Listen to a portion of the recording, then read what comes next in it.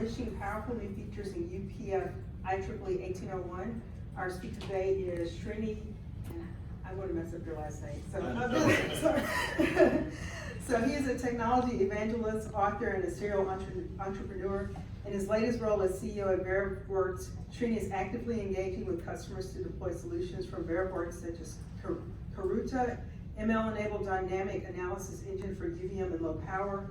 On low power, he has architected an automated power coverage closure from PST to UVM sequences.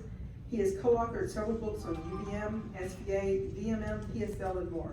He has presented at various conferences such as DVCon, DAX, SNUG, DVTalk, etc. And he has trained more than 10,000 working professionals across the globe on various verification topics such as UVM, low power, and formal verification. Please welcome Srini. Thank you.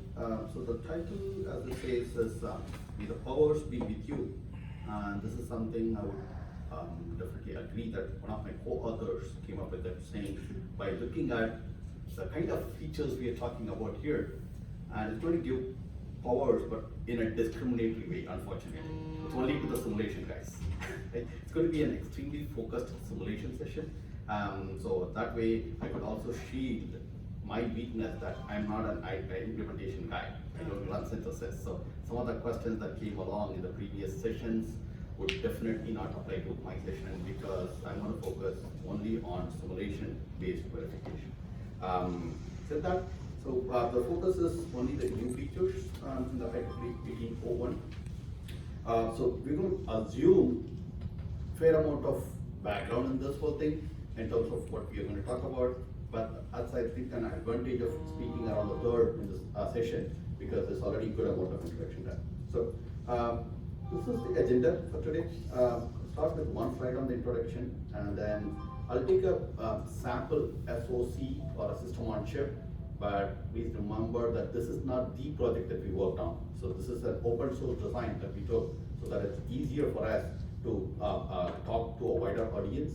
Since we are a consulting company with limited resources, we don't have a co-branded customer project today to talk about here. Right? So I'm going to use a 15 SoC, but it's a fairly good that some of you probably have heard of. And we would focus on few things with respect to a simulation and UPF, such as the sim stage, sim replay control, sim assertion control, and the last topic is my favorite on the information model. So very high level, the introduction part, it's omnipresent that most of our chips do have the low power requirements. And 1801, also known as a unified power format, is a TCL-based language that could capture at various levels of abstraction. We're going to stick in this presentation about the RTL and level of that. So we're going to look at several tools, but essentially again, this is not focused on this particular presentation, but we did develop a few tools to write out UPF and also consume UPF. I'll talk about some of them.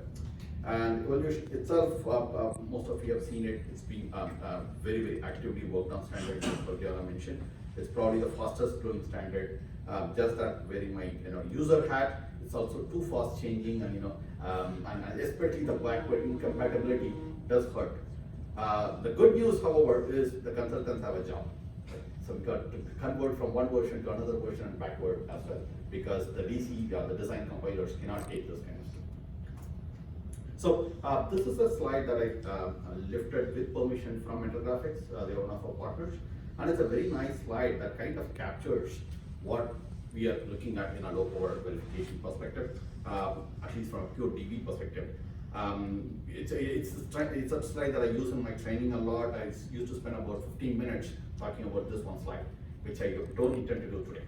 I do believe that a lot of you know this. I don't need to go through each one of them. But fundamentally, what we are looking at is various power domains with potentially various voltage levels. And also that we have in between them, we have these level shifters if the voltages are different, isolation cells, and so on and so forth. And there are these retention logics that you see, the orange color over there, those are the retention cells. So the reason why I wanted to put this up front is it kind of gives us a reasoning to go behind the important topics as we see, or the new features that has given us more powers into the UPF. So this is an open source design that we took from Google. And again, please, I'm not claiming Google is my customer. I wish it is, but it's not.